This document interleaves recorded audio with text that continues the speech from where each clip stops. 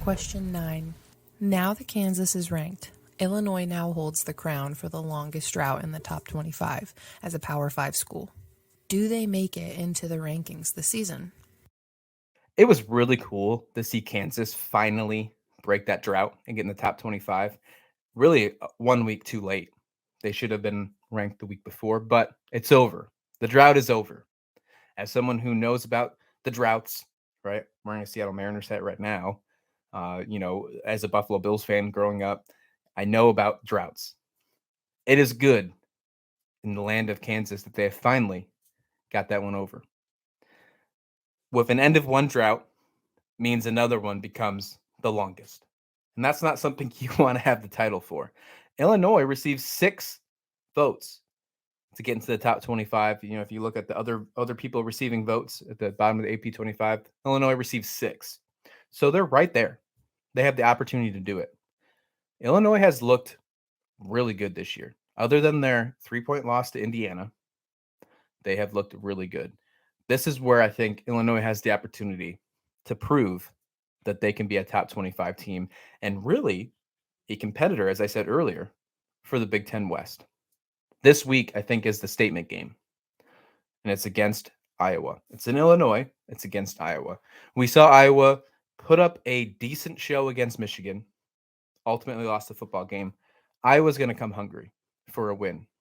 Illinois just came off a great win against Wisconsin, was the reason Paul Chryst was fired. They're coming in 4-1. They're coming in initially right now as a 4-point favorite in that football game. If they beat Illinois, then they got to go row the boat and play Minnesota. Tough 2 teams. Tough 2 weeks. Tough 2 teams.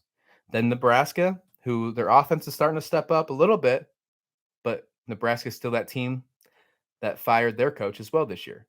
So obviously we know the woes of Nebraska this season.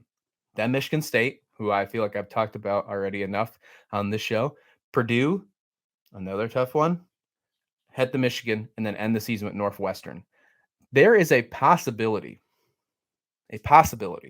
not saying it's likely because they have a tough schedule ahead, but there is a possibility that this team could go 10-2, assuming that they lose to Michigan. They can beat Iowa. They can beat Minnesota. They can beat Purdue. And that's what it would take for you to win the Big Ten West. You still have a long road ahead of you.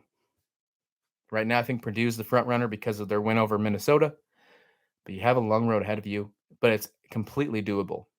It's completely doable. And if you find a way to go 10-2 and your only losses are to Indiana on a field goal that it was a weird loss at the beginning of the year, sure, and then to a team in Michigan who is going to arguably possibly be in the college football playoffs, I'd take that.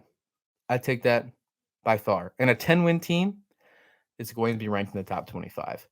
I think if they beat Iowa and Minnesota, if they win the next 2, they'd be ranked. So I think there is an absolute possibility that we see them head into their bye week after Minnesota. If they can win out the next 2 games, move to 6-1, they're a ranked football team. I don't think the win against Iowa does it just yet, unless we have too many unranked teams bounce out. I think they're close, unless they win in crazy fashion against the Iowa defense.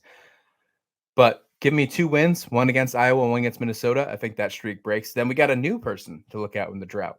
I think that's Rutgers, if I remember correctly. We'll have to look back. But I think Rutgers is definitely on the list. I just don't know if they're next in line.